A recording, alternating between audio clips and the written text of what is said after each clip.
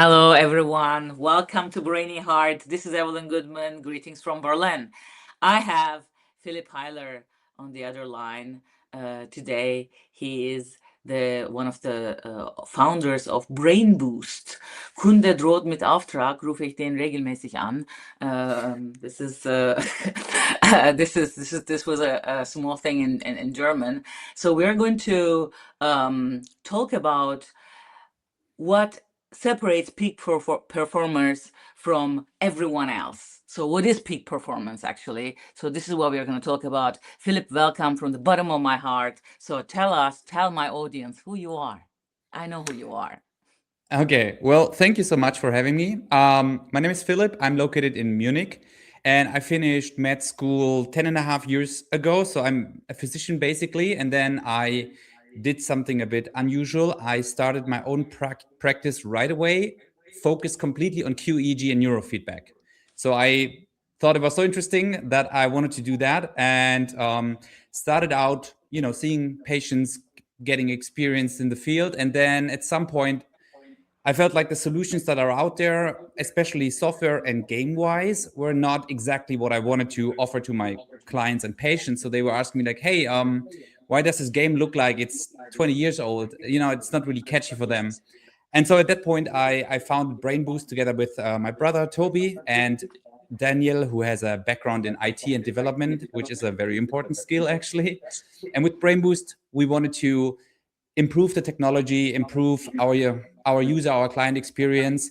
And so over time, we became basically a software development company, and also we do a lot of data analysis and research in the field. And so now we are like in this hybrid of practice and Brain Boost, around 15 full-time employees. That's roughly our size. So I would say not huge, but also way beyond just getting started. Exactly. And what to say from the point of client, ladies and gentlemen. I mean, we have to do that. I would like to do that from the bottom of my heart. I'm a very happy client of this company, of Philip, Toby, and Daniel in the background. This is a great team. They know what they're doing. We use their software a lot because when I started with neurofeedback and biofeedback 100 years ago, gefühlt es, yeah, I felt like, I mean, long time ago, 17 years ago, we had very basic graphics, basically, right? So for breathing exercises and or for self-regulation, that you just say, okay, like positive self-talk with yourself, etc. Those qualities, we had a fish, then we could just increase the fish and come down and so on. Very basic graphics. So well, and you started out exactly in the right time. By the way, they work with, for those who play games regularly, they work with the company Unity as well. So the graphics are rather good. Take a look, Google them, ladies and gentlemen, do a little research on this. Philip, today you're my guest as a colleague and as a physician. So knowing the medical background of all, and I can imagine you being a peak performer through the university years. That you got interested into the QEEGs and training the brain. First question for high performers, as we're talking about what separates peak performers from everyone else today.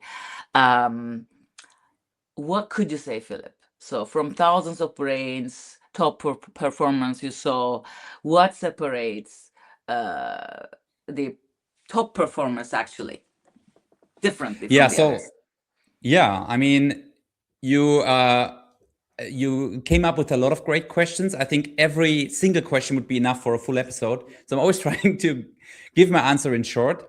So I would say to answer this first question, and this actually is for me also the essence of mental health, is that in peak performers, we see that they do not have one specific brain frequency that is dominant. I'll get to that later because there are some exceptions or maybe some things, but generally, I would say what they do well is their brain can adopt very quickly to what is required in the current situation. So if they need to focus, the brain can bring up certain waves that are better for focus. If they need to relax, then they can relax. And if they need to be creative or spontaneous, then their brain can do this accordingly as well. This is also usually what I answer if some people ask me, hey, this concept of the flow. It's not like when I'm in the flow, everything is easy and basically just works and just keep going. Like athletes report they are in a flow, or even like creatives, or I don't know, basically anybody can be in a flow. And they ask me, what is the brain activity during the flow? I also give this answer. You can have a flow in basically any brain activity as long as it's fitting for the current situation. Like you could even have like a nice deep sleep flow in delta waves and wake up totally relaxed and think this was the best night I ever had. So basically you can have a flow in every brain wave, and there's not one specifically best one. So this, I guess, in short, my answer is if your brain can adopt well and significant and let's say as clearly as possible to the current requirements, the current situation, then usually we see that people achieve peak performance. Correct. So I explain it to my clients as to lay or to put the right gear at the right time. So Correct. if your car is in a pedestrian road, then you drive under 30. So but when you're on the highway, then you drive, and when you're in the country road, you drive differently. So to put the right limit, speed limit into the situation. Um, Decision making under pressure is the issue today. So everyone needs to make decisions under high pressure. What can you say to that? Yeah. So I already I mean, mentioned that. like clearly said, why Sorry. do some intelligent people sometimes make poor decisions under stress? Why? Yeah, that's a question, right? I mean, let's just say they are free to make the decision and there is no other restriction or anything. But I already mentioned that I think there is like one exception pattern that it seems to be, again, this is we don't have like this statistically significant, but we see to, or it seems like especially a certain presence of alpha waves and specifically alpha 2 wave patterns seems to be something that we see a lot in executives and founders and so on. So this pattern seems to be a little bit of an exception, and when this is very present or prominent, then it seems like people usually tend to be peak performers. So this activity pattern, you know this, and maybe your audience also knows it, is usually something that is not very focused state, but a great mix between being intuitive and relying on your experiences and memories, while at the same time kind of being present in the moment.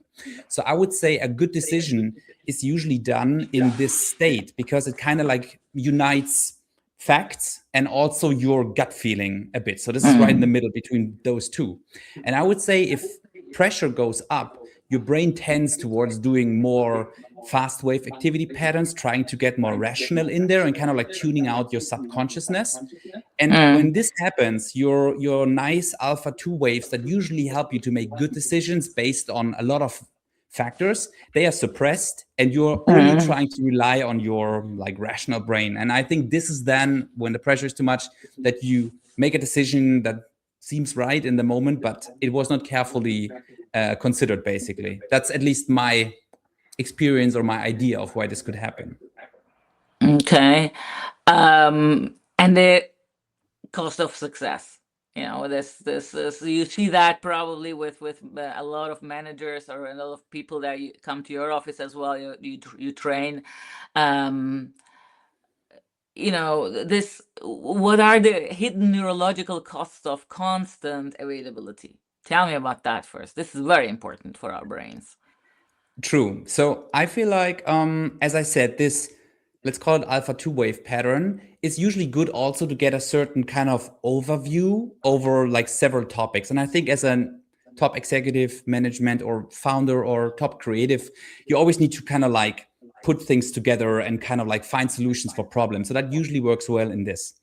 However, if you constantly are being distracted, or you have to jump between topics and people are constantly nagging and there's always more fires than you can put out, then I think this kind of like tires the brain out, and your nice efficient alpha 2 waves will go more towards alpha 1 or even theta waves, which might be good in some cases, but not if you're trying to be performant during the day. You don't want slow theta waves there. So I feel like this constant multitasking and this constant jumping of attention kind of tires out the brain, and thus again kind of like reduces the ability to integrate specific requirements efficiently. And so I would say this decision fatigue is a term that is coming up more and more often. This decision fatigue, a frontal lobe lack of neurotransmitters and stuff. This is, I guess, the biggest danger or biggest side effect of all this like storm of information that we have to deal with these days. Indeed, task switching, it's scientifically proven, ladies and gentlemen, task switching is costing a lot of energy to your brain. So this expression multitasking, so do not look for people who can do multitasking. They're going to burn out soon. So do not look for people who can do multitasking. Do not write in your CV that you're a multitasking person. So because you're tiring your brain, you just need to switch tasks mindfully, isn't it so, Philip? Correct. Especially what I like to add is this especially is true for tasks that are not made for multitasking. So of course, if I'm walking, I can still talk or listen to music, no problem, because these tasks are made for multitasking. But if it's about like write an email and do not make any mistakes in that, that's not a task for multitasking. So totally agree with you. Exactly. Especially with again, it needs to match the requirements of the task. Then you can decide, but most tasks do not work well with multitasking. Exactly. And I remember years ago when we were all in this mobile phone fever, my mom used to tell me that, Evelyn, she said, as soon as you take a look at this thing, you're gone. And you can tell this. I think a number of my audience could also find themselves in this picture. So you just disappear. Your focus and attention's over here, and well, this costs you on the long run very much energy. Sleep. Let's not leave this topic. It's it costs a lot of. I learned it one of your supervisions recently with Toby. He explained it really nicely. This sleep deficit. What does it do in the prefrontal cortex for us?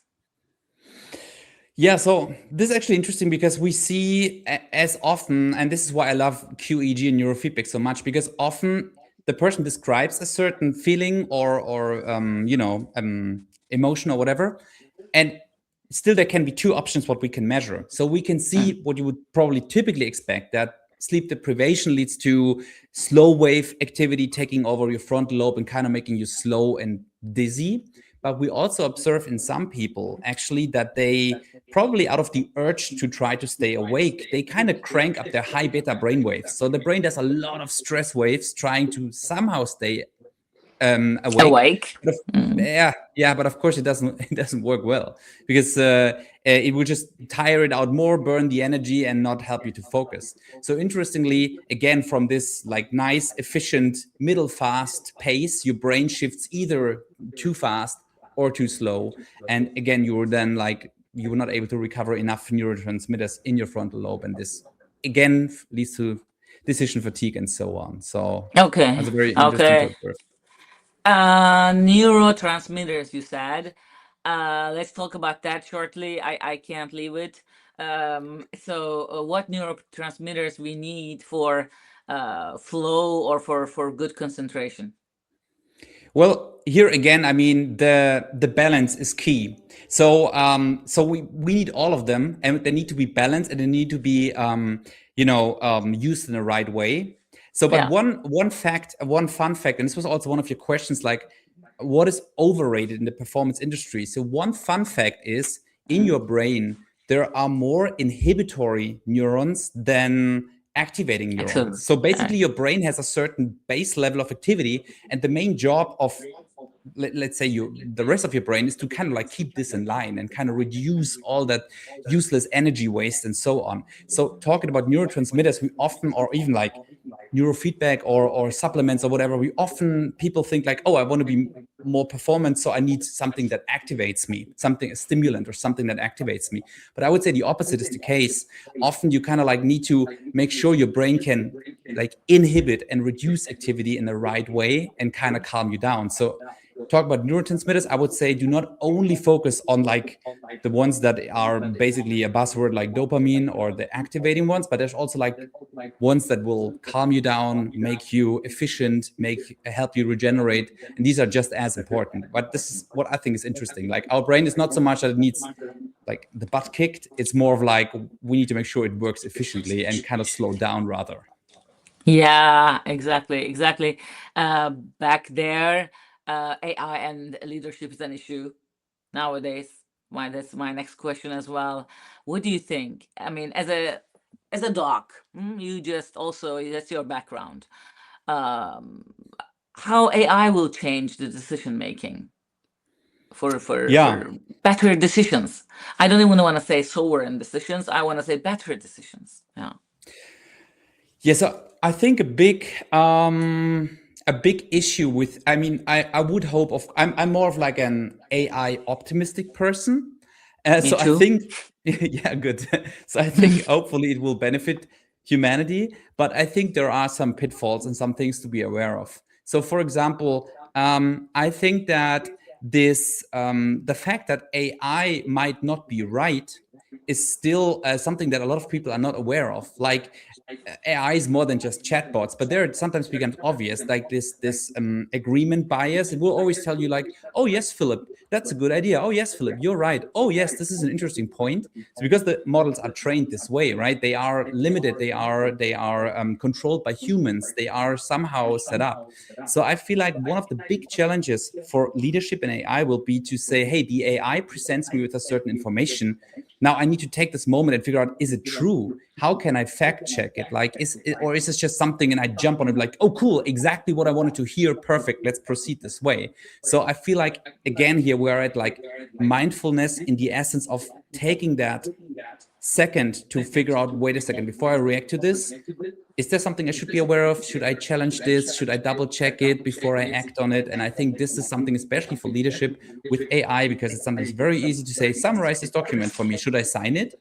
Oh, yes. Okay. So I'll sign it. And then at the end, you should maybe double check it. So I feel this is something that we need to figure out how to handle it. Exactly. So you shouldn't be too naive in this case, right? So yeah, Or so too excited, lighthearted. even like, you know, like, oh, Yeah. great. And then you just jump Yeah, on it. exactly. I mean, but I trained my bot. It doesn't make such, oh, great, I can't look for, I can't wait for it, and so on. It just cuts that kind of talk. So you can actually, guys, educate and upbring your bot.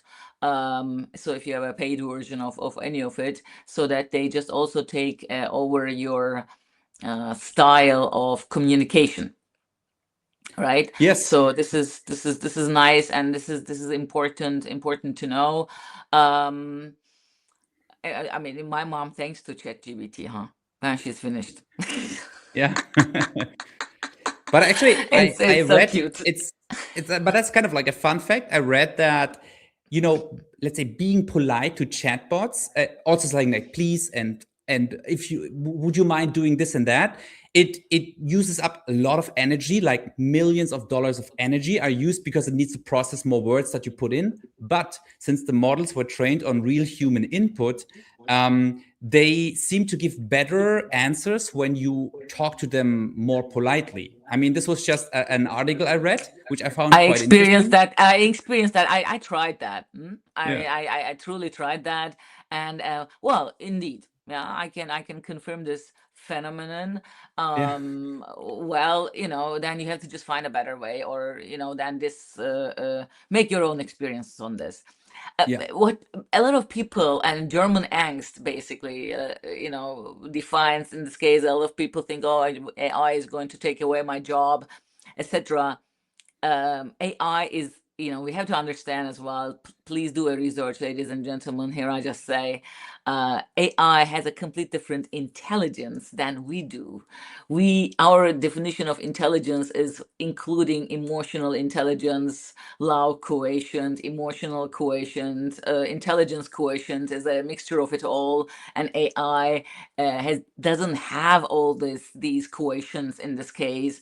So, and LLMs and very good large language models are very good in this case. So use it, try it, do not be afraid of it. Humans always will find a way, I think. Don't you think? Yeah, I agree. I mean, I think there might be some change. So, as you said, if you get familiar with it, this might not be as frightening. But there were also like in the like I think I don't know in the 80s or something. Some like when everything should be done by robots, they invented like robots that cut your hair.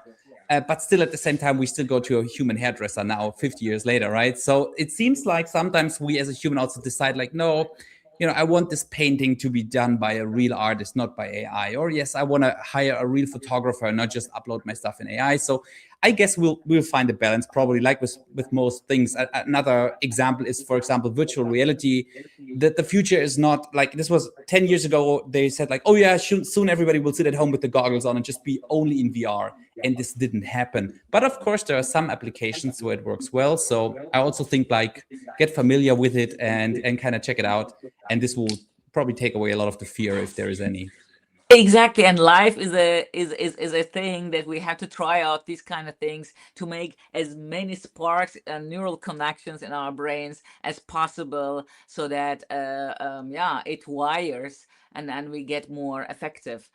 Um, we are almost getting to the end, so my next practical question is gonna be, you know, what would you recommend to a executive who says, okay, I'm a peak performer, I'm doing well, and I want to do something, after this interview, very much so, uh, for 10 minutes every day for myself.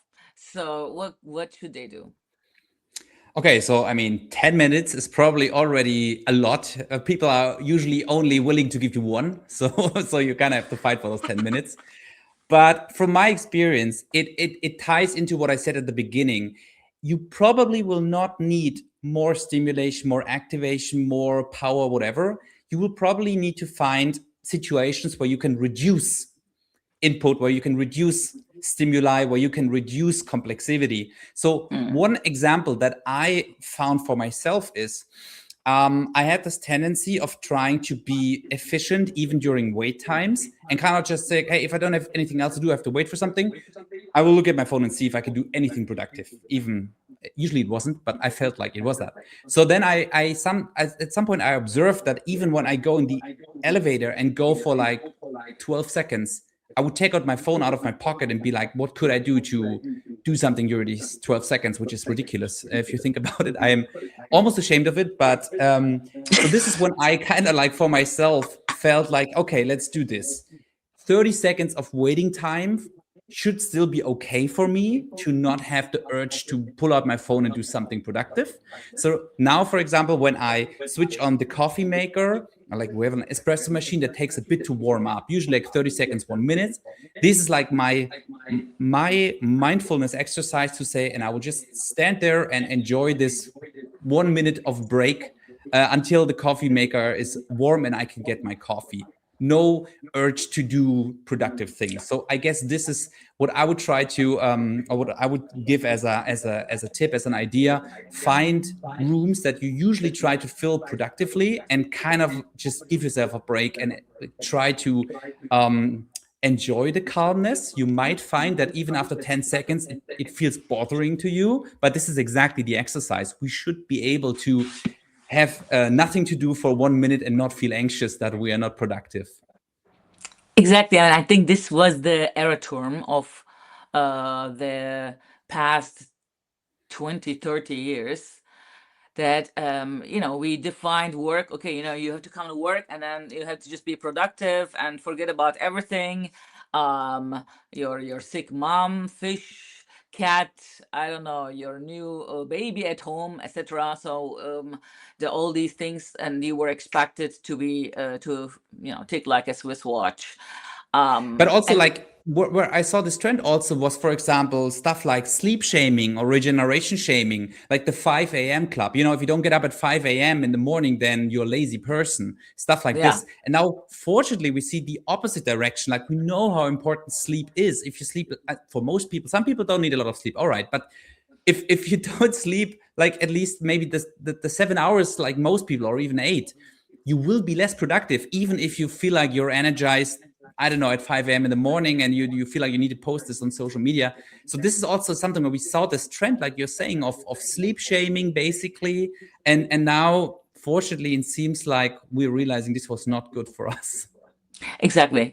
So like the resting was crazy busy, was busy, being crazy busy was, yeah, that's the word, was Mhm. in a couple years ago, right? If you Yeah. weren't, then you were lazy or you had nothing to do, etc. All these things are wrong beliefs, ladies and gentlemen. Okay, they're old, so they're no longer up to date. We have to think about calming down, because we already give a lot of input by scrolling down, and yeah, so the world we are living in is different than it was 40, 50, 60 years ago. So this is the fact we have to get. um, I also would like to ask this: what is underrated? I mean, sleep is underrated, we just talked about. Um, and now a brainy heart question, actually. Yeah. So, have you ever met an extraordinary person, extraordinary manager that had excellent cognitive skills? Brilliant. So, however, very poor leadership skills. Yeah, I mean, I yes, I did. Considering that if we define leadership skills, especially as people leadership skills, then Yeah. yes. I mean, of course, we could also say leadership can also be like, I'm the lone warrior, just proceeding with a project no matter what. This is also some sort of leadership, but probably not what most people think of. So Mm, I mean, we also in our practice we occasionally work with high functioning autists, for example, yeah. that have a totally different world. They have extraordinary cognitive skills, but in other senses they have very interesting ideas. So one story I felt very interesting is, like, I had a 30-minute discussion with an I don't know, like mid-20 high functioning Asperger autist. And he was kind of like trying to understand if, see, there we are. Like, if a song is stuck in your head, in German we say earworm, Ohrwurm. Yeah. So if a song is stuck in your head and you kind of like wake up and you are hearing the song in your head, he was trying to figure out if this is hallucination, if this would be considered auditory hallucination. So this has been a thought that has been really bugging him for the entire day, basically. And so this is something Yes. where I feel like, hard to explain this, hard to talk about this with this person. And on the other side, he was like into physics a lot. So there it was like no problem, all logical, all stuff. But the song stuck in my head. Could it be an auditory hallucination and I'm going crazy? So I need to figure this out. So I thought this was a very interesting, little story where you see, like, sometimes the social level is a totally different challenge for some people that might be extraordinary in other fields of their expertise. Exactly, exactly. They are really special. I also work with autism spectrum every now and then. Also managers, right? So Yeah. managers who have been in their early years autism diagnosed with autism spectrum. They are also among us. They are excellent in certain things and not so good in the other things. But there's nothing wrong with that. You can learn. You can learn to regulate. My last question. Today, what is more important, intelligence or self regulation? Yeah, that's a good question. Well, I would, again, here I guess it depends a bit on how we define intelligence, but I'm a big fan of, like, self-regulation, especially because neurofeedback obviously teaches you self-regulation. So this is the entire story I built my business and my life on, basically. And also I think it goes hand in hand with coachability, which is also a word that came up a few years ago, which, especially when hiring people, seems like they say, don't look for like what kind of skills they have at this point, which would be maybe a bit of the intelligence thing, but rather like, can they learn? Can they learn new skills? Can they be coached? Can they understand what you want to tell them? Do they, get acquainted to new Follow through. tasks? Yes, correct, correct. So I Mhm. would say, um, self-regulation is key for a lot of things, and hopefully then you can build on that. And so I would go for that. Well, exactly. This is the future, ladies and gentlemen. Learn to self regulate yourself, learn to down regulate yourself because our life already is up enough. In this sense, take care, keep your socks dry. See you next time. All right, bye Bye bye. bye. Thank you very much. Thank you very much, Philip. Yeah, cheers. All the best.